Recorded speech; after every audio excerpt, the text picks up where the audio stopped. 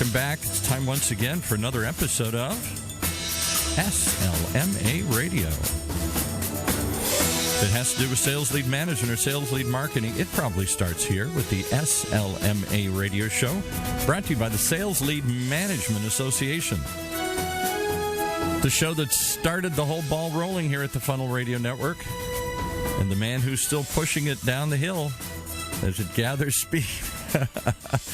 Chasing that ever elusive answer is Jim Overmare. Hey, Jim. Thank you, Paul Roberts. Paul Roberts is our producer for the Funnel Radio Channel shows. The subject today for our program is how to fast track your business with organic growth. This has really come out of a brand new book that a good friend has published, and a podcaster and radio host on one of our programs, Laura Patterson. Laura wrote this book, Fast Track Your Business, Customer-Centric Approach to Accelerate Market Growth. It's in paperback, and it came out January 27th, 2020. It's available through Kindle at $9.99, paperback $17.99, and probably other fine booksellers. Laura, welcome. Thank you. And Jim, thank you for having me. It's an honor to be back on the Funnel Radio. Well, very briefly, Laura is an author of 3 previous books: Going Fishing, A Guide for Finding, Hooking, Keeping, and Growing Profitable Customers; Measure What Matters, Reconnecting, Marketing to Business Goals, that's sold out as well as the previous one, and Marketing Metrics in Action. Today, she's at the helm of Vision Edge Marketing, founded in 1999, and is recognized as one of the pioneers and authorities in market performance management, MPM, a discipline that I really have been following since I met her. The company specializes in helping companies apply data, metrics, and proven best-in-class practices to improve marketing effectiveness, deliver business impact, and enable business decision-making. Vision Edge Marketing enables organizations to accelerate revenue and create a competitive advantage by leveraging data, analytics, processes, and alignment to address marketing accountability and operations. I believe that Laura is about 7 or 8 years ahead of her time when she started this company, because today, if you're not into the data management, if you're not into the accountability, if you're not measuring all of your programs in marketing, you're going to be behind, because your competitors are really going to take you to the woodshed. Now, Laura, tell us about your book. Can you give us an overview of the book? I've got it in front of me. I've read about 3/4 of it, and I'm still coming through the last couple chapters. In the book, we've got about 190 pages. Give us an overview of the book. Sure. So the book is about a framework that we created 20 years ago in Vision Edge Marketing. It's called the Circle of Traction. We created this framework to help our customers have a repeatable process. As you know, I'm all about process. They could use to get more traction in the marketplace. I was making a presentation to a longtime customer. In fact, I'd worked with this customer, the person at this company, in 3 previous companies. So he was having a growth summit, and he called me up and he said, I'm having a growth summit. Can you come bring that wheel thing that you have, that you've shared with me over the years, make a presentation? I'm having this growth summit so I can get everybody on the same page about growth. And I said, sure. I went and did it. It was almost 2 years ago, in the next month or so. And afterwards he said, you should maybe think about turning that into a book. It's a really good methodology. And I've used it now several times, and it's been really helpful. And so that really was the seed for taking the Circle of Traction and crafting it into something that customers that we have today, and hopefully customers of the future, and anyone else that's interested in organic growth could apply. So it's very much a practical, no-nonsense guide to growing your business. You've said in your book, and I know personally, and here listening to you on other podcasts, and you had your own podcast on this channel, is that organic growth is much better than acquisition growth. Can you explain a little bit more about that? Yes. So first of all, organic growth is becoming pretty much a top line priority. I imagine some of your listeners are very familiar with PwC, and they do a study, a CEO study, and have been doing one, I think, since the late 90s. And their most recent study asked the question, what's the most important priorities that are going to help you deliver on revenue in the next 12 months? And the number 2 priority was organic growth. This seems to be a recurring theme, and it's turning into pretty much an intentional mandate, a deliberate action. The question becomes, why do that? A study that was done a while back by John Cummings, he did a lot of research, and he found that companies that grow organically do much better on shareholder returns and revenue growth. Much, much better. McKinsey found very similar results when they did a study. Companies that can figure out how to grow organically tend to be more successful, have better returns for shareholders, and just grow faster in all the segments that they are operating in. Okay, so you've answered really the first 2 questions, an overview of the book and why you wrote it. Now, who's the audience for this book? Anybody who wants to grow their business. Although I will say that my background, as you know, and the background of Vision Edge Marketing is predominantly B2B. So I'm sure that people who are reading it will see that there is a strong B2B slant. But the book goes through a process that any company that wants to grow can apply. And the most important component is that it's about being customer-centric. And while customer centricity has been kind of a buzzword, I know we've talked about that before, the notion of being customer-centric has been around a while. I mean, there's been people writing about it since the beginning of the 2000s. Don Peppers has been talking about the transformation from product-centric to customer-centric a very long time.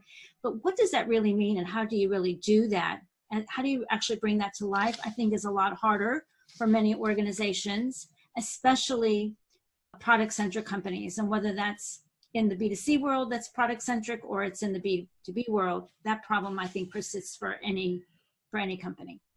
Okay, now this book has 11 chapters. Mm-hmm. It has upstream marketing, the actual elements, customer and opportunity insights, business outcomes and performance, several chapters on innovation and strategy, segmentation, positioning, plan and execution, operational excellence, and performance and optimization, and the final, pulling it all together with coming full circle.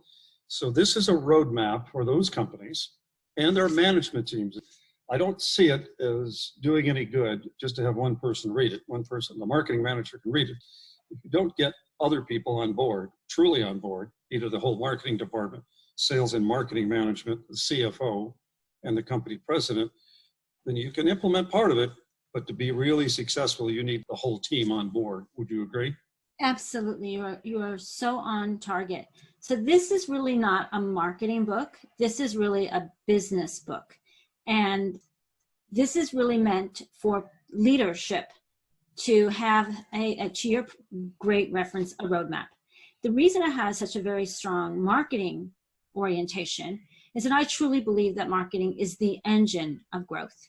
And I also believe that good marketers who are strategic members of the team are oriented toward growth, not just pipeline, but growth. And so those marketing organizations are critical members of the C-suite team, of the CEO's team. They're looking and expecting their marketing leaders to help them achieve this mandate, this organic growth mandate. I would bet that some people would say a sales manager, well, they're great for making off-the-cuff comments. Well, of course we want to grow the company, and of course we want to make it organic growth. What are you talking about? I mean, that's what I do every day. Of course we want all these things. That's what our goal is supposed to be. But the reality is, wishing isn't getting. Just mouthing the platitudes and then going back out and doing the same thing over and over again, scratching out a living in the marketplace, adding salespeople and some marketing programs, but not driving the whole company towards organic growth. I can see a CEO standing up, holding this book in his hands and saying, we're going to fast track this business. We are going to turn this into a customer-centric approach to accelerate market growth. And this is all in the cover of your book. I expect everything in this company to be based on organic growth. I expect you to read this book, and then we're going to come back together and begin to execute this. This is not going to be a 1-week thing or a 3-month thing. It's going to be a 6-month thing and then a 2 or 3 year thing. If you don't believe in it, if you read the book and don't believe in it, stop by my office, drop off your resignation, I'll hire somebody that does. Is that the kind of thing that you're expecting out of this book and the readers of this book? Well, I hope they won't ask for resignations, but having carried a bag in my career several times, and in a way I still do, right? I mean, at the helm of a company, clearly I play a critical role in the pipeline. And I know you can relate to this, especially those of us who really were on quotas. At the beginning of the month, you get a number, and at the end of the month, you've either made that number or not. If you did, you're a hero. If you didn't, you're a goat. It could be a month, it could be a quarter, whatever the sales cycle might be, right? That selling is really about sales now. Organic growth doesn't always happen in the now. So pipeline and growth are not the same thing. And the chief revenue officer is really worried about the pipeline, and that's their job. And that's the job of the people who work for them. So you need other people in the team that are helping that sales team and the rest of the company think beyond that. And that's the whole concept of marketing with a capital M, as we talk about in the book, that good marketing organizations are not just thinking about what they can do in terms of generating opportunities into the pipeline, but rather they are really thinking about the role they can play in understanding and fulfilling customer needs, understanding what value is to a customer, doing what we call the upstream work so that the downstream is easier. And in the words of one of my favorite CEOs here in Austin, the point that Dave used to say is if the upstream is polluted, then the downstream is wasted. Can't do anything with it. A polluted upstream pollutes the downstream. So if you go fishing in a polluted downstream, you can't eat the fish. It would be bad for you. You want to make sure that the upstream is done well. The upstream is where marketing should be living. You know, that's really about what's your company's value proposition and how are you going to direct the innovation process for long-term sustainable growth. And innovation isn't necessarily a product. It could be innovation of process or service. It's about really having solid insights into the customers and into the competition, into the market. And think of what the situation we're in right now. Marketing should be running a bunch of scenario analysis to figure out how do we navigate these turbulent times. The metrics of upstream are very different than the metrics of downstream. Metrics of upstream for marketing are things like category ownership and customer lifetime value and share of wallet. Downstream, you're looking at much different kinds of things that might be tied to demand with a little d, as opposed to demand, the really big D.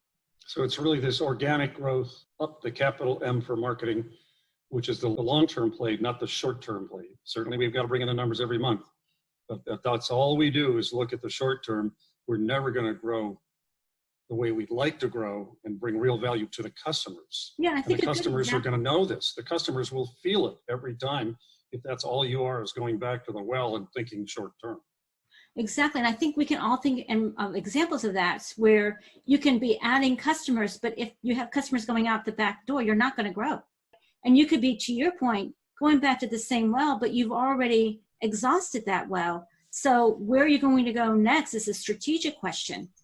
That makes perfect sense. I've asked you to highlight 2 of the chapters in the book that you find the most fascinating, the 2 that you loved writing, the 2 that you felt really set this book up away from others. So tell us, which 2 chapters did you pick? Well, we've been talking about one, right, which is the whole notion of the upstream. I think that's one. But I think the other one that, of course, appeals to me, or maybe the other 2, is the plan and execute. Because lots of organizations move into execution mode very, very, very quickly. And you and I have talked about this before, that ready, fire, fire, fire, fire, aim. Mm-hmm. Yep. And so the chapter on plan and execute begins to make us think more about how the work of marketing connects the business to the customer, particularly the customer journey, which again is another buzzword. So many organizations today have gotten into this sort of internal process, whether you want to call it the waterfall or the MQL, SQL, SAL. In this chapter, we really talk more about how do you truly navigate and understand the customer journey and what the customer is doing and really use that as the basis for how you do everything else. So this chapter says, plan and execute, maximize your marketing opportunities. The subheads are the work of marketing and functional alignment, creating your operational mission plans, using a customer journey map, which is something I really like, and several more areas, the metrics of success, executing plan elements, etc. Is it true? Is it still as true for you today as it was for me just even 3 years ago, that the majority of clients that you go into and talk to really don't have a yearly or a 3-year marketing and business plan? What I see a lot is, and we do a lot of marketing plan reviews for our customers, and we do help a lot with marketing plans. We see a lot of plans that have a lot of activity in them that may be tied to some objectives that are very, very loose in terms of how performance or success is going to be measured. So, increase demand, improve awareness, whatever those are, that's very vague and ambiguous. They're rarely customer-centric in the way that the objectives are framed. And then it's just a list of things they're going to do, right, as tied to those objectives. Very rarely is there much strategy in the plan themselves, or they think that PR might be the strategy, or maybe influencer is the strategy today, right? Those are certainly tactics that support programs, but those aren't necessarily marketing strategies. Yeah. And I think one of the key messages, and you and I have talked about this before, is it's not about alignment to each other. It is about alignment to the customer. And when I ask the organizations how they are aligned to the customer, that's not really how they think. They are not thinking about that. They're thinking about, how do we align sales and marketing? How do we align service and marketing, or so forth and so on? But alignment is about your strategy and your customer. I can see why you're so insistent on this. I think the whole book, and I got up to chapter 8, by the way, in my journey through the book, but all the way through the book, you're talking about customer journey, and you've got examples of what Yes. you're doing. First of all, just getting the vocabulary right. It's amazing to me how many things are labeled as a KPI, probably not correctly. The real critical thing is to be clear about how the organization measures its success, what it's willing to spend money on to change, what is it willing to invest in to achieve its success. And then those become the things that eventually are KPIs. So is it customer lifetime value?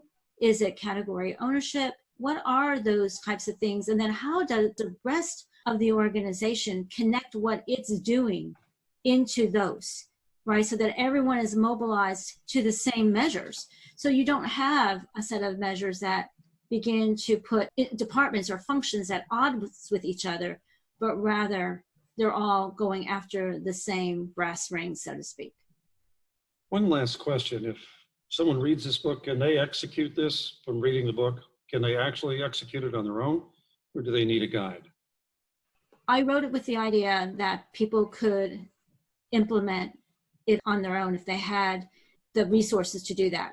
Again, if you don't have strong analytical expertise internally, you might be challenged with some of the things that require you to really derive insights, actionable insights from all the data that you have housed in your organization.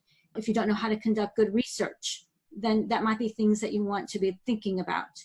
If you don't know or have the ability to go and capture customer insights, talk to customers, and do that in a way that will not sound like you're trying to pitch to them, but rather you're trying to learn from them. These are capabilities that companies need to have. The key thing, I think, is that the leadership team, which we talk about, all starts with culture, and the culture is one of the key aspects of what we call the axle in the book for the wheel.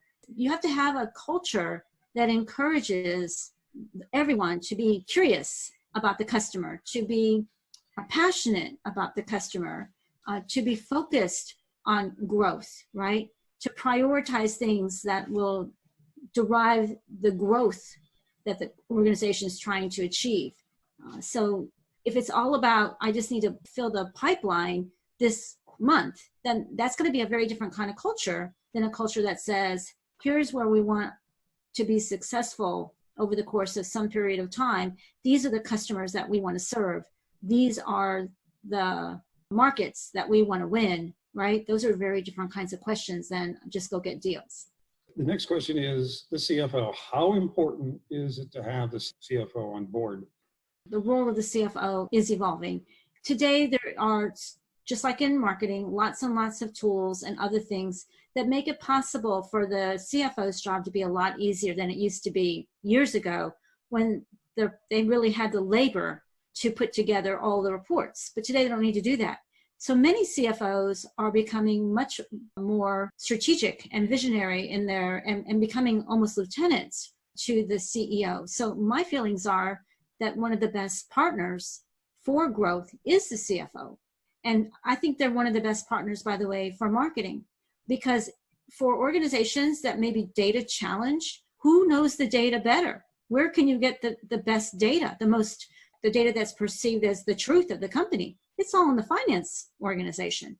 Well, considering how many CFOs end up by being the company president in major corporations and even smaller corporations, it's amazing how unprepared the CFO is to assume the growth responsibility of a company if they don't understand marketing, sales, and how to create a customer-centric company. So when I read this book, I said, this is a book that CFOs need to read and realize that they're in partnership with the marketing department as well as eventually sales. And when they are, it's going to be a very, very strong company.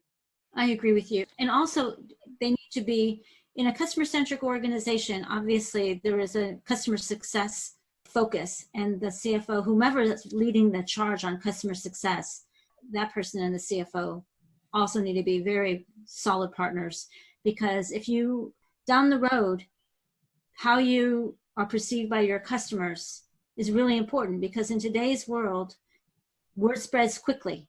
Referrals are essential. They're part of the proof, part of the buying journey. So you've got to have really stellar relationships with customers.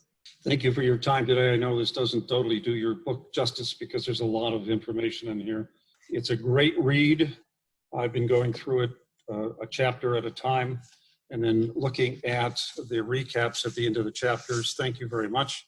And it helps a tremendous amount to go over what I've read. You call them the takeaways in there. And then there's always a little more copy after that, which expands a little bit more on what was in the chapter. So it's very, very useful.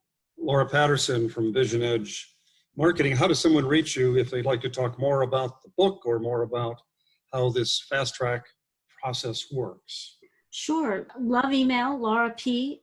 That's Laura P as in Patterson at Vision Edge Marketing, all one word, all spelled out.com. Reach out to me on LinkedIn. There's another way. You know, I'm pretty much answer to most anything these days, I think, like the rest of us, and would love to have a chance to connect with folks, answer questions. We set up free 20-minute conversations all the time. You can do that on our contact us page on our website at visionedgemarketing.com. Yes, would love to have follow-up conversations with anyone who's interested in this process. For people who don't know it, you've been the host of Ready, Set, Grow, which is a podcast that's still available through the Sales Lead Management Association on the Funnel Radio Group, right? Yes. And you also have another podcast that you're doing. I was listening to this morning when I should have been getting ready for our own shows. In any case, but I was listening to your podcast this morning, so people can also listen to these stories and real live people who are growing their companies organically. Many of those people were the basis of some of your chapters in your book, if I remember correctly. You are exactly right. And it was such a blessing, really, Jim, that you gave me the opportunity to do Ready, Set, Grow, because those stories continue to help me think about how can I bring Circle of Traction to life. And they really help bring it to life and give it some color. And the other thing that was really important to me was not to create something that would be really arduous to get through. So I try to make something that's a fairly quick read with really practical ideas and action steps. And David Altunian, who wrote the foreword and helped with the launch of the book, who just have such tremendous respect and admiration for, he commented on the fact that you can get a lot out of this book without it having to be a huge undertaking for a read. So, it's not so big that you don't want to pick it up, but it's not so thin that there's nothing in it. Well, I like to read books, and especially business books, one chapter at a time, and then go back and reread it again. I love to get a lot of these books on Kindle. Yours, in this particular case, I have both. I've got one on Kindle and one in my hand. Somebody might say, well, why do you do that? Well, I do it because I like to underline in Kindle as I read books and reread them, and then I get the notes, which help me review the book and remember the things that I find the most important. So you've got a great book here. Laura Patterson, thank you very much for your time today. Thank you very much, Jim. Really appreciate the support.